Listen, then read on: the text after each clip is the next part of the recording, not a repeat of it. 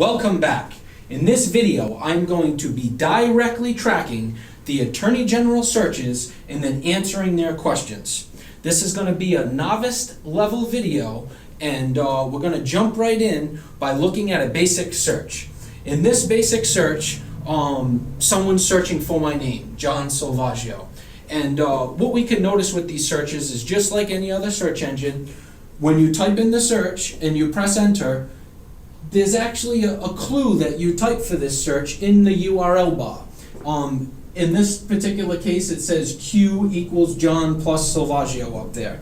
Now, what you have to know is that there's other information being stored and actually sent to servers when you search for stuff. So when you're searching for anything and you click on a link, your computer is sending all this information to a server. That's going to be your host name, where you're coming from, where you're going to, all types of information. So we can actually see it here, which is in a server language, PHP. We could tune in to certain things. So for example, we could see user agent. What we can do with this to bring you a practical coding aspect is once you type something in and you press enter, it gets sent to the server. This server here is going to make dynamic content and send it to you. That dynamic content is made within its own little language. So for example, you might see a question mark PHP here, but you don't see it on the source code that's sent here. That's because every time you go to this website, it runs through this little program and sends you the output line by line, 1, 2, 3, all the way down. Even though you're pressing enter, there's also, you have to tell the web browser to press enter. So you may see down here at the bottom at the end result where it says hello, no line break, but over here on the source code we actually pressed enter. That's because in HTML we didn't press BR. But we're going to dive in a little deeper than just pressing enter, and we're going to look over here how I did question mark PHP I equals server user agent mask.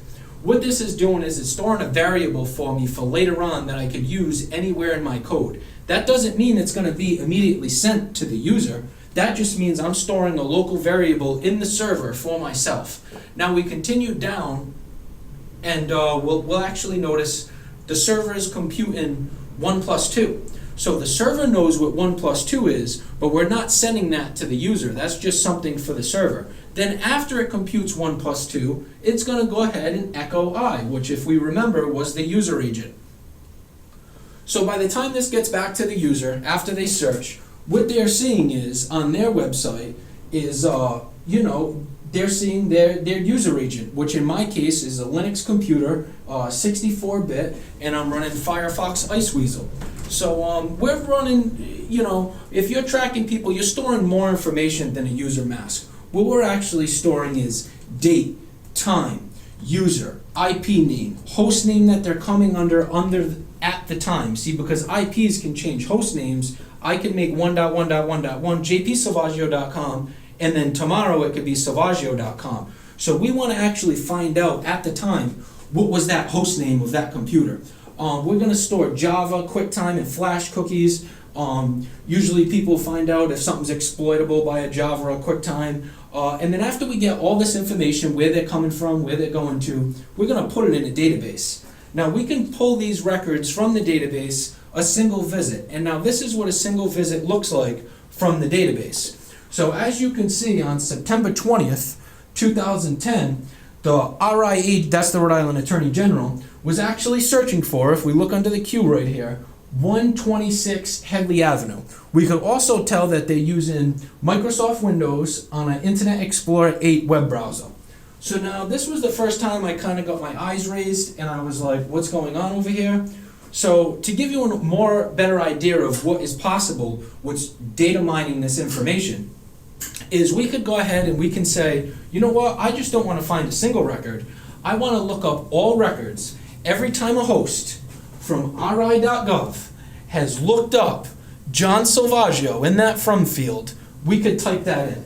And when we type that in to the database and we press enter, we're going to see we have 21 specific visits from the Rhode Rhode Island government, typing in John Salvaggio. Now, I suppose someone can turn around and say, well, this is a rogue one person just happened to be typing you in. We're going to take the isolation a little bit further. Although I elaborated my concerns to them, and now they're using a VPN to, kind of mask it from webmail.ri.ag, you can still tune in to who's who. And we're doing that by these agent masks. See, when we look at all these 24 searches, we can tell right here on the agent that they actually show minute differences. Well, that's good enough. That's like a fingerprint for computers. So what we can do is we can say, everybody with this agent showed me all of their specific searches. Everyone from this agent, 5.1, 5.2, show me these searches. So these different 5.1s and 5.2s is the result of their system administrator not doing mass rollouts to updates. Now, if they did that, you wouldn't be able to track this. But we're not here to talk about them searching about me. We're trying to answer their questions. So we're going to tune into another visit right now, and we're going to look at December 16th, 2015, which was just a couple weeks ago. And they wanted to know, they were searching Bing, they want to know the state law serving writs on Sunday in Rhode Island.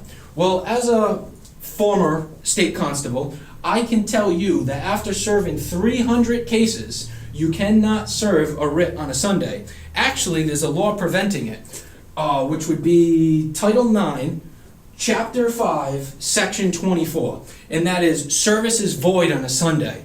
So, So I hope you guys enjoyed this video, and there should be more to come.